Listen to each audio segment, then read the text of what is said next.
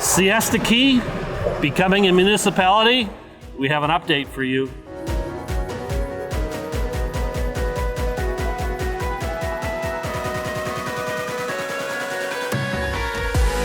Hi everyone, my name is Mike Rennick. I'm the team lead, the senior broker of Team Rennick, part of that great Mangrove Realty Associates family. My guest today is Mr. Steve Reed. Hey, Steve, how you welcome. doing? Steve is the owner and publisher of both the Longboat Key News and Sarasota City News.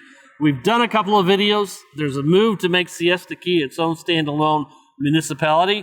We have an update. What's going on? It's a big archetypal story. Taxation. What kind of story? Archetypal. Can you spell that? Yeah, I can spell it, but you know what? It's a recurring motif. It's like a theme that we see throughout American culture and history. I know what it means. Oh, okay. I don't know. And I know our audience is smarter than us, so we have to be careful. I mean, that's one of the drawbacks. So, on to the story. Okay.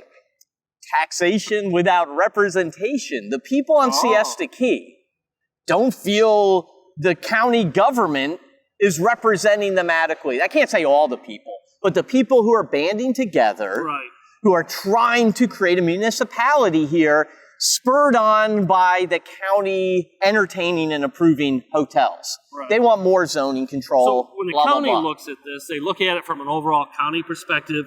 What this is really saying is we want a micro Siesta Key look at it, and we want to control our own future. Yeah, we want rules. Now, there is some stats and facts that most towns and islands the size of Siesta, if you go around Florida, are incorporated. You know, you got Longboat Key, Marco Island, Lido isn't, but it's smaller. It doesn't have as big a resident population.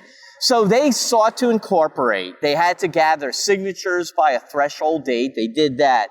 They presented, and they've come up in the last week with sort of a budget, a $3.7 million annual budget. I believe it's a 0.25 mil increase.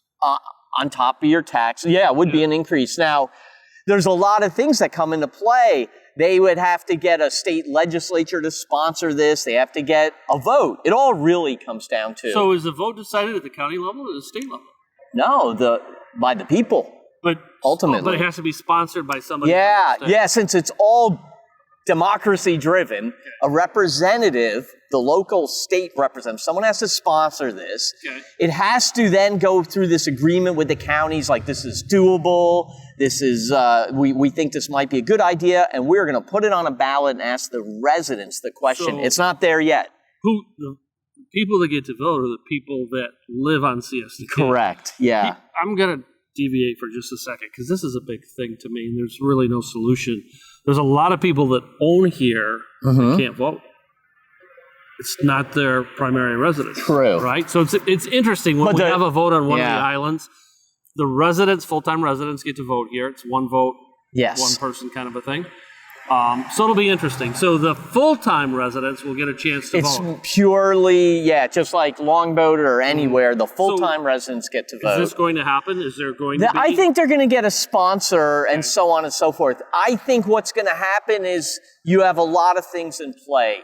Because what happened recently, last week really, is some of the city and some of those representatives say, why don't you just incorporate into the city then? And pressure them, City of Sarasota.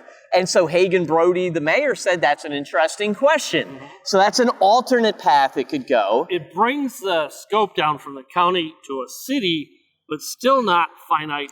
No, this group wants to have zoning and controls that they feel will really protect Siesta and represent their interests. And when you let's look at a neighboring island, Longboat Key, that has that. It has a city government. It's a charter kind of a government with a strong city manager.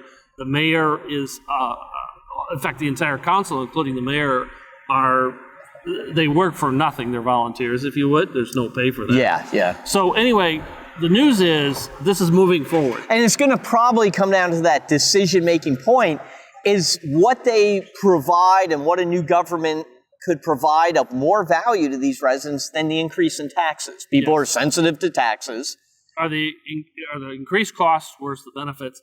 But again, not everyone who owns on Siesta Key gets to vote in this. You seem to be sensitive to that point. It's an interesting concept. I don't have an answer.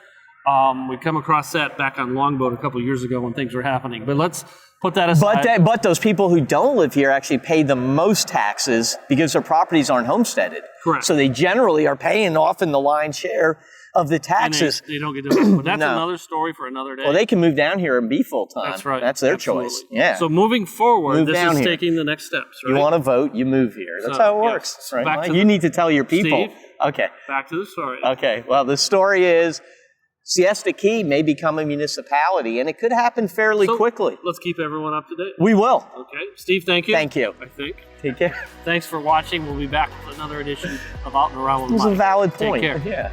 Good job.